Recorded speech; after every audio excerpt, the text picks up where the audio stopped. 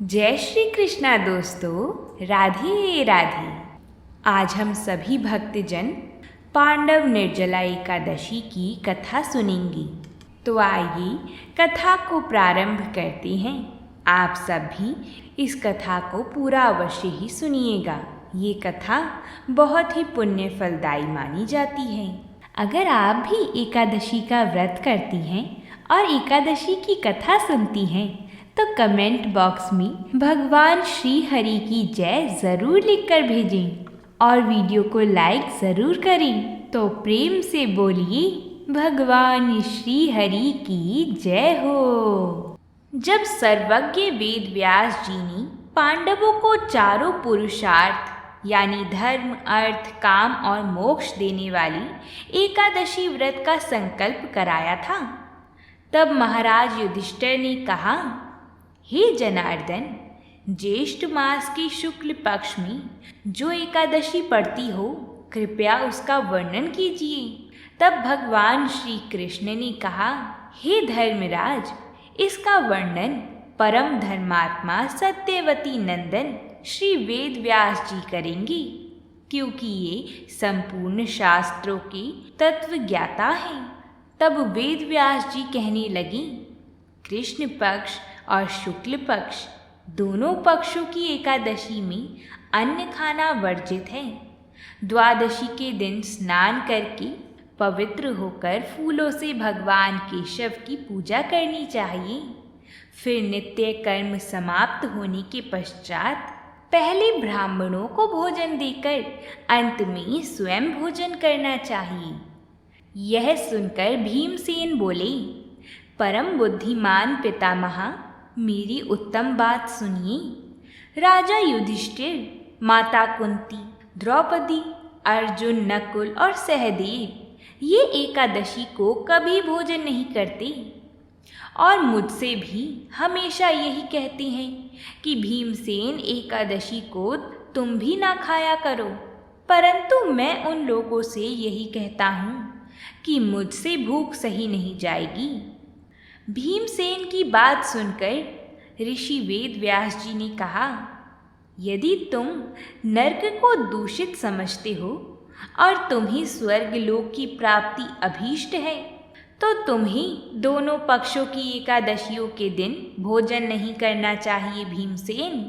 भीमसेन बोले, महाबुद्धिमान पितामहा, मैं आपके सामने सच कहता हूँ, मुझसे एक बार भोजन करके भी व्रत नहीं किया जा सकता, तो फिर उपवास करके मैं कैसे रह सकता हूँ?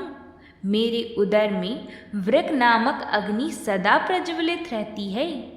अंततः जब मैं बहुत अधिक खाता हूँ तभी यह जाकर शांत होती है।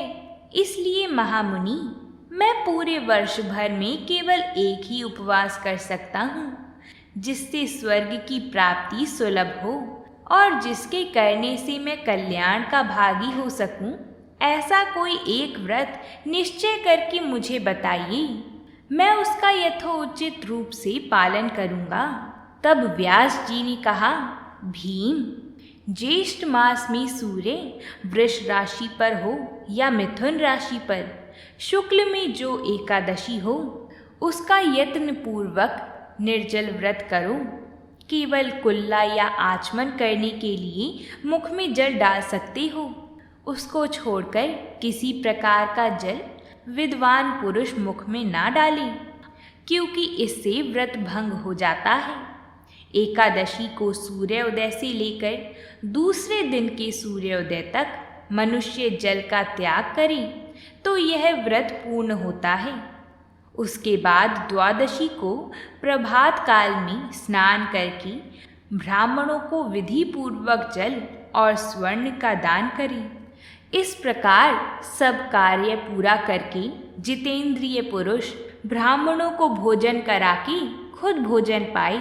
वर्ष भर में जितनी एकादशियां होती हैं, उन सब का फल निर्जला एकादशी के पालन मात्र से मनुष्य प्राप्त कर लेता है। इसमें तनिक भी कोई संदेह नहीं है।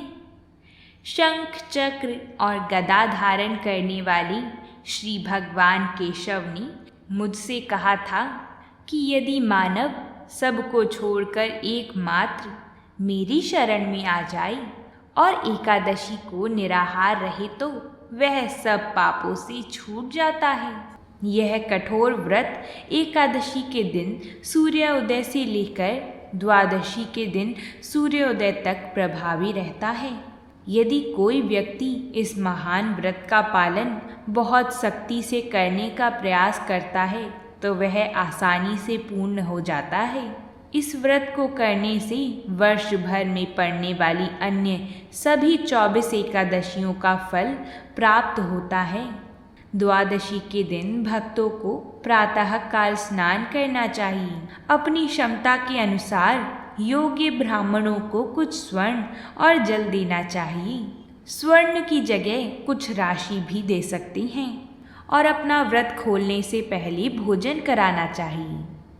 हे वृकोदर, जो कोई इस एकादशी का व्रत करता है उसे सभी तीर्थों में स्नान करने, सभी प्रकारों के दान पुण्य करने और वर्ष भर की सभी कृष्ण पक्ष और शुक्ल पक्ष की एकादशियों का व्रत करने का पुण्य एक ही बार में प्राप्त हो जाता है।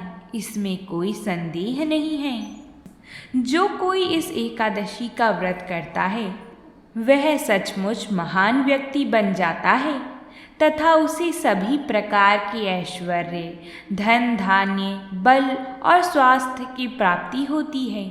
और मृत्यु के भयंकर क्षण में भयंकर यमदूत, जिनका रंग पीला और काला है, जो अपनी शिकार को बांधने के लिए बड़ी बड़ी गदाएं लेकर आती हैं, उसके पास जाने से मना कर देती हैं। बल्कि ऐसा श्रद्धालु आत्मा कभी भी उसके पास नहीं जाएगा। एक बार उन्हें विष्णु दूतों द्वारा भगवान विष्णु के परम धाम में ले जाया जाएगा। जब अन्य पांडवों ने ज्येष्ठ शुक्ल एकादशी का पालन करने से प्राप्त होने वाले लाभों के बारे में सुना तो उन्होंने इसे ठीक उसी तरह पालन करने का संकल्प लिया जैसा उनके दादा श्री व्यासदेव जी ने उनके भाई भीमसेन को समझाया था।